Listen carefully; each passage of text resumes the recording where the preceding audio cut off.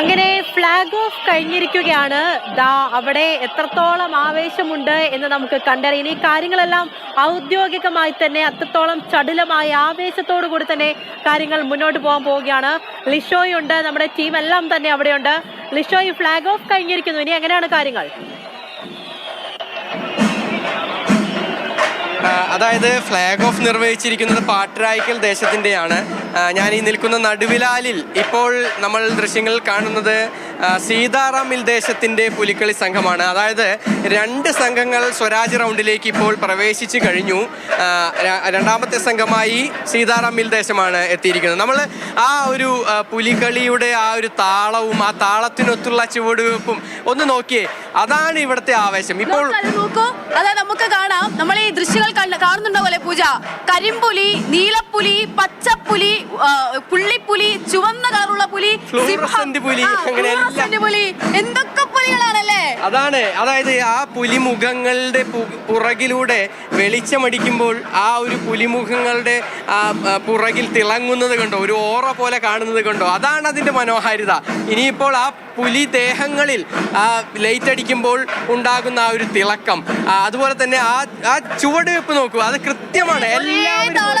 ഒരേ ആവേശത്തിൽ, ഒരേ ഊർജത്തിൽ അവര് ആ ചെണ്ടയുടെ വന്യമായിട്ടുള്ള താളത്തിൽ ഓരോ ചുവട് മുന്നോട്ട് വെച്ച് നമുക്ക് സസൂക്ഷ്മമാണ് ഓരോ ചുവട് ഓരോ വെക്കുന്നത്.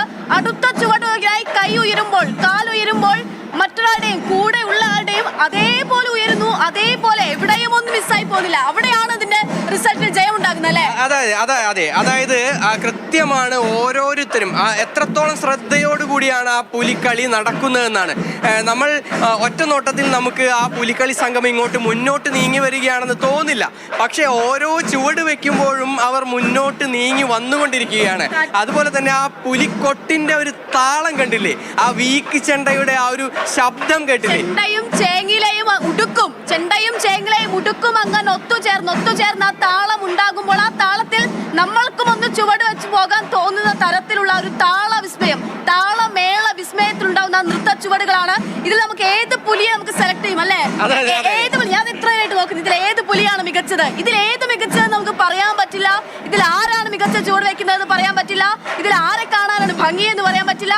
അതുപോലെ കുടവയറ് കുലുക്കി അരമണി കിലുക്കി അവർ ഒരേ ചുവടിൽ, ഒരേ താളത്തിൽ, ഒരേ ഊർജവുമായി ഒരുമിച്ച് ഒരുമയുടെ സന്ദേശം ഓതിക്കൊണ്ട് ഒരുമിച്ച് ഒരു ജനതയുടെ കടന്നുവരവാണ് നമ്മൾ കാണുന്നത്.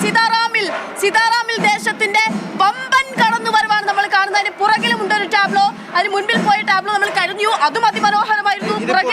പുറകിൽ വരുന്നതാണ് പുലിവണ്ടി എന്ന് പറയുന്നത്. അതിൽ കാണാൻ സാധിക്കും ആ പുറകിൽ വരുന്ന ആ ഒരു ടാബ്ലോയിൽ, അതാണ് പുലിവണ്ടി. ആ പുലിവണ്ടിയിൽ 6 പുലികളുണ്ട്. ആ 6 പുലികളും അവിടെ നിന്ന് നൃത്തം ചവിട്ടുകയാണ്.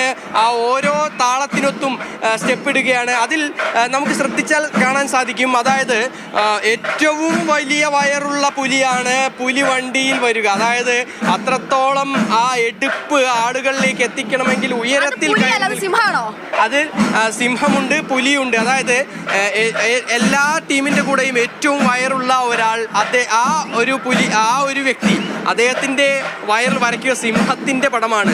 അതിനോടൊപ്പം തന്നെ കൂടെ തൊട്ടടുത്ത് തന്നെ കാട്ടിലെ രാജാവുണ്ട്. കാട്ടിലെ രാജാവിനൊപ്പം പുലികളിയെ തന്നെ കടുവകളി എന്നാണ് പറയുന്നത്. കടുവയുടെ രൂപത്തിലുണ്ട്, വരയം പുലിയുണ്ട്, നീലപ്പുലിയുണ്ട്, പച്ചപ്പുലി, കറുപ്പ് പുലി, അങ്ങനെ പുലികൾ ഇതാ ഓരോന്നായി പുലി മത കടന്ന് സ്വരാജ് റൗണ്ടിലേക്ക് കടന്നു വരുന്ന ആവേശോജ്വലമായിട്ടുള്ള കാഴ്ച കണ്ടു നിൽക്കുന്നവരെ ഒരു ചുവട് വെച്ചാലോ എന്ന് നമ്മളെ പ്രേരിപ്പിക്കുന്ന കാഴ്ച, വല്ലാത്ത കാഴ്ച. ഇതിലേത് പുലിയാണ് ഏറ്റവും മികച്ചതെന്ന് ഒരു കാരണവശാലും നമുക്ക് പറയാൻ സാധിക്കില്ല. ആരാണ് ഏറ്റവും നന്നായി ഈ താളത്തിനൊത്ത് ചുവട് വെക്കുന്നതെന്ന് നമുക്ക് ഒരിക്കലും പറയാൻ സാധിക്കില്ല. ഓരോരുത്തരും ഒന്നിനൊന്ന് മെച്ചമാണ്. ഓരോരുത്തരും അതിനൊത്ത ഒരു ഊർജത്തോട് കൂടി തന്നെയാണ് ഇങ്ങോട്ടേക്ക് എത്തിക്കൊണ്ടിരിക്കുന്നത്. MG റോഡ് കഴിഞ്ഞ് സീതാറാം മിൽ ദേശം ഇതാ സ്വരാജ് റൗണ്ടിലേക്ക് പ്രവേശിച്ചു കഴിഞ്ഞു. ഇനിയിപ്പോൾ ഇവിടെ നടുവിലാലിൽ ഗണപതിക്ക് തേങ്ങ ഉടച്ച ശേഷം വീണ്ടും ഗണപതിക്ക് തേങ്ങ ഉടച്ച്, വിഘ്നേശ്വരന് തേങ്ങ ഉടച്ച് വിഘ്നങ്ങളൊക്കെ നീക്കി അവർ മുന്നോട്ട് പോവുകയാണ്.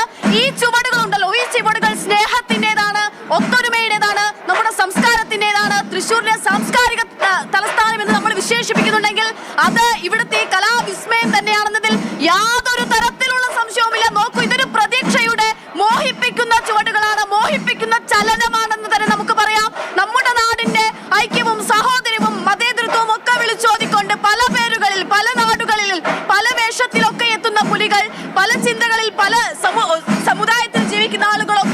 ഒരുമിച്ച് ഒന്നു ചേർന്ന് പുലിമടയിൽ നിന്ന് ഒരു പുലിക്കുട്ടികളായി ഇറങ്ങി വരികയാണ്. ഇത് ഇന്നത്തെ ഒറ്റ ദിവസത്തെ കാഴ്ചയാണ് നമ്മൾ കുറെ കണ്ടത്. ഇന്നലെയും നമ്മൾ കണ്ടു. അതങ്ങനെയല്ല, മാസങ്ങളുടെ പണിയുണ്ട്, ചിലർ വർഷങ്ങളുടെ പണിയുണ്ട്.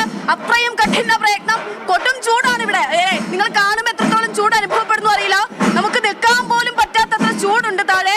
ആ ചൂടൊന്നും ഏൽക്കാതെ, ഒരു ചൂടും തട്ടാതെ തീയിൽ മുളച്ച പുലികൾ, അല്ലെ, തീയിൽ മുളച്ച പുലി വരുന്നു. അതായത് യാതൊരു വിധത്തിലും ഒരു പ്രതിസന്ധികളും ഞങ്ങളുടെ ഈ കലയെ അതിനെ പ്രതിസന്ധിയിലാക്കാൻ കഴിയില്ല എന്നുള്ളത് ഉറക്കെ വിളിച്ചു പറഞ്ഞുകൊണ്ട് പ്രഖ്യാപിച്ചുകൊണ്ട് ഇതാ കടന്നു വരുന്നു